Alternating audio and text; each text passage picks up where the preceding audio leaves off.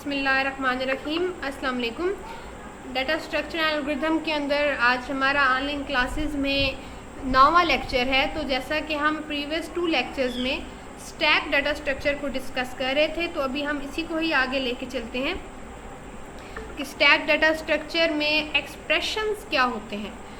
Expression को अगर आप सही से अंडरस्टैंड कर लेंगे तो फिर हम नेक्स्ट स्टेप में स्टैक के अंदर एक्सप्रेशंस की जो कन्वर्जन है उसको देखेंगे। तो इसलिए आज का जो लेक्चर है वो जस्ट आपको एक्सप्रेशन के बारे में बताऊंगी ताकि आप इनको अच्छे से अंडरस्टैंड कर लें, और नेक्स्ट में जब हम कन्वर्जन्स की तरफ जाएं तो आपको वो चीज़ आसानी से समझ आ जाए। तो मैंने हेडिंग बनाई है एक्सप्रेशन स्टैक्स। एक्सप्रेशन क्या होते हैं? तो stack is a very effective data structure for evaluating arithmetic expression in programming language. Programming languages के अंदर अरिथमेटिक एक्सप्रेशन को इवेलुएट करने का एक अच्छा जो हमारे पास इफेक्टिव तरीका है वो हमारे पास डाटा स्ट्रक्चर है। An arithmetic expression consist of operators and operand. Arithmetic expression हमारे पास 2 चीज़ों पे कंसिस्ट करता है, क्या नाम है, ऑपरेटर्स पे और ऑपरेंड्स पे। ऑपरेटर्स बेसिकली क्या होते हैं? वो सिंबल्स जिनके थ्रू हम कोई ऑपरेशन परफॉर्म कर रहे होते हैं, और ऑपरेंड्स क्या होती हैं? वो वैल्यूज़ जिन पे ऑपरेशन परफॉर्म हो रहे होते हैं। तो in addition to operand operator the arithmetic expression may also include parentheses like left parenthesis and right parenthesis। हमने कहा ना एक्सप्रेशन के अंदर हमारे पास ऑपरेटर्स और ऑपरेंड्स होते हैं, तो इसके साथ साथ एक्सप्रेशन में हमारे पास ब्रैकेट्स या पैरेंथेसिस भी इस्तेमाल होती हैं। जैसे हमारे पास लेफ्ट पैरेंथेसिस और राइट पैरेंथेसिस होती है। जैसा कि नीचे एक एक्सप्रेशन की एग्जांपल मेंशन की गई है जिसमें हमारे पास A, B, C these are operands, minus plus are operators and these are parentheses। this is a left parenthesis, this is a right parenthesis। अच्छा, अब आपको पता है प्रोग्रामिंग आप पहले भी पढ़ रहे हैं कि हर जो ऑपरेटर होता है उसका प्रेसिडेंस लेवल होता है। जिसकी प्रेसिडेंस हाई हो उसको पहले एवेलुएट किया जाता है और लो वालों को बाद में एवेलुएट किया जाता है। The only thing that can change that order is the presence of parenthesis. और ऑर्डर मतलब ये जो हमारे पास प्रेसिडेंस लेवल होता है इसको चेंज करने वाली सिर्फ वाहिद जो चीज़ है वो हमारे पास पैरेंथेसिस होती है, जिसके गिर्द पैरेंथेसिस हो वो हमारा जो ऑर्डर होता है उसको बदल देती हैं। हाईएस्ट को लोएस्ट लोएस्ट को हाईएस्ट बना देती हैं पैरेंथेसिस जो है। अच्छा, ये मेरे पास प्रेसिडेंस लेवल है बेसिक अरिथमेटिक ऑपरेटर्स का। ये हमारे पास एक्सपोनेंट है। एक्सपोनेंट का मतलब जो आप जिसे पावर कहते हैं, तो पावर की जो प्रेसिडेंस है वो सबसे हाई है। मल्टीप्लिकेशन और डिवीजन की जो प्रेसिडेंस है वो इसके बाद वाली जो हाई, ठीक है, मतलब सबसे हाई ये, इसके बाद ये, उसके बाद एडिशन और सब्ट्रैक्शन की बारी आती है। तो ये प्रेसिडेंस आपने जहन में रखनी है। और अगर ये मल्टीप्लिकेशन और डिवीजन दोनों आ जाते हैं तो इनको लेफ़्ट टू राइट एवेलुएट किया जाता है, और प्लस माइनस दोनों आ जाते हैं तो इनको भी लेफ़्ट टू राइट एवेलुएट किया जाता है। अच्छा, अब जो हमारे पास अरिथमेटिक एक्सप्रेशन है इनको रिप्रेजेंट करने की हमारे पास नोटेशंस 3 हैं। हमारा अभी नेक्स्ट जो टॉपिक होंगे वो हमारे स्टैक में इन्हीं नोटेशन पे वर्क होगा, जिसमें हमारे पास नोटेशन है 3: इनफिक्स, प्रीफिक्स एंड पोस्टफिक्स। अब इनफिक्स नोटेशन क्या होती है पहले ये देखते हैं। इनफिक्स नोटेशन ज़्यादा कन्वीनियंट वे है राइटिंग का एक्सप्रेशन को, in which each operator is placed between the operand. आप यूँ समझिए कि इनफिक्स नोटेशन वही सिंपल नोटेशन है जो अपनी रियल लाइफ में आजकल इस्तेमाल कर रहे होते हैं। इनफिक्स नोटेशन में पैरेंथेसाइज भी हो सकता है, मतलब जो एक्सप्रेशन है वो पैरेंथेसाइज भी हो सकता है और अनपैरेंथेसाइज भी हो सकता है। अब ये प्रॉब्लम की रिक्वायरमेंट पे डिपेंड करता है। जैसा कि यहाँ पे एग्जांपल दी हुई है, तो ये 2 जो आपके पास दिए हुए हैं ये दोनों इनफिक्स नोटेशंस हैं।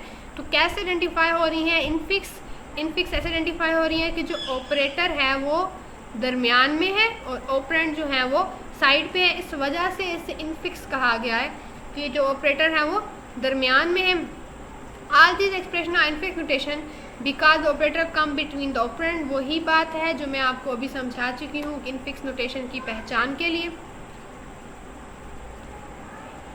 अच्छा, अब आगे चलते हैं प्रीफिक्स नोटेशन की तरफ। अब प्रीफिक्स नोटेशन में क्या होता है कि जो ऑपरेटर है वो ऑपरेंड से पहले लिखा जाता है।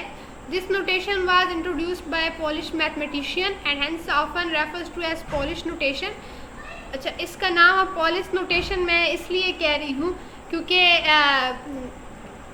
इस बाज़ात ना आपके पास क्वेश्चन आ जाता होता है जिसमें लिखा होता है कि पॉलिश नोटेशन के बारे में लिखें। तो पॉलिश नोटेशन आप प्रीफिक्स नोटेशन को ही बोलते हैं, जिसमें जो ऑपरेटर होता है वो ऑपरेंड से पहले आ रहा होता है। जैसे अब यहाँ पे ए और बी आर ऑपरेंड्स और प्लस जो ऑपरेटर है वो ए और बी से पहले आ रहा है।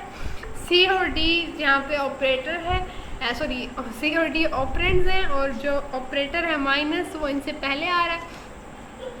अच्छा, all these expression in prefix notation because the operator comes before the operand. Operand से पहले ऑपरेटर आ रहा है, इस वजह से इन्हें प्रीफिक्स कहा जाएगा। जैसा कि नाम से ज़ाहिर है ना, आप इनके जो पहले पहले डिजिट्स एंड नोटेशंस के आप उनको देखें। इनफिक्स दरमियान, प्रीफिक्स पहले, पोस्टफिक्स बाद में।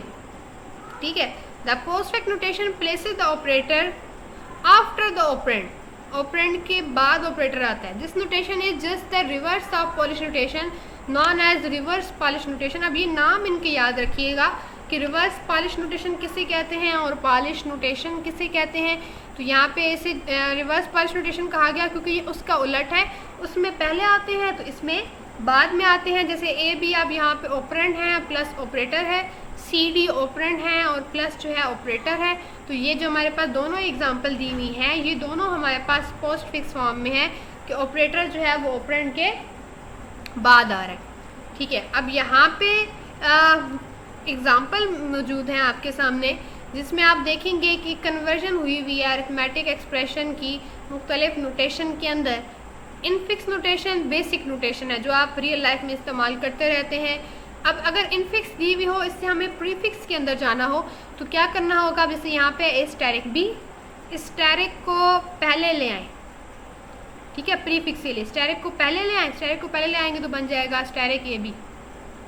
ठीक है, पोस्ट फिक्स का मतलब क्या है, स्टेरिक को बाद में ले जाए, बाद में लेके जाएंगे तो ये बन जाएगा ए बी स्टेरिक। इसी तरह पैरेंथेसिस के अंदर भी यही चीज़ आ सकती है। अब पहले आप ओवरऑल अपना पूरा एक्सप्रेशन देखें, इसमें दो हिस्से हैं, एक ब्रैकेट में एक सिंपल और दरमियान में डिवीजन है। तो ये मेन आपके पास ऑपरेटर है, पहले इसको पहले ले आए, इसको पहले ले आए। ठीक है, तो उसके बाद देखें तो a प्लस बी के अंदर प्लस है, इसको प्लस को पहले ले आए। इसके बाद आपके पास ए बी सी तीनों जो आपके क्या नाम है ऑपरेंड्स हैं वो आ जाएंगे।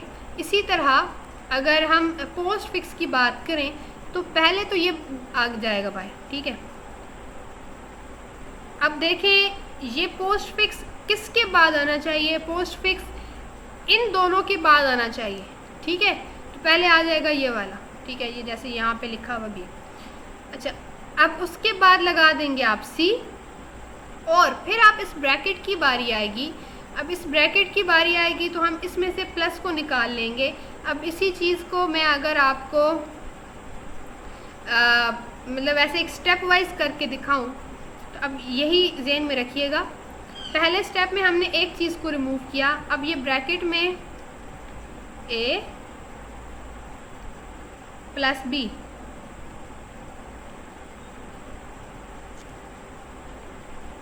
अब ये ब्रैकेट में a प्लस बी ऐसे ही रहा। पोस्ट फिक्स हो रहा था ना, पोस्ट फिक्स में पहले ऑपरेटर, उससे पोस्ट फिक्स सॉरी बाद में ऑपरेटर और पहले आपके पास क्या आएंगे ऑपरेंड्स। तो a प्लस बी और c को भी पहले ही आना चाहिए।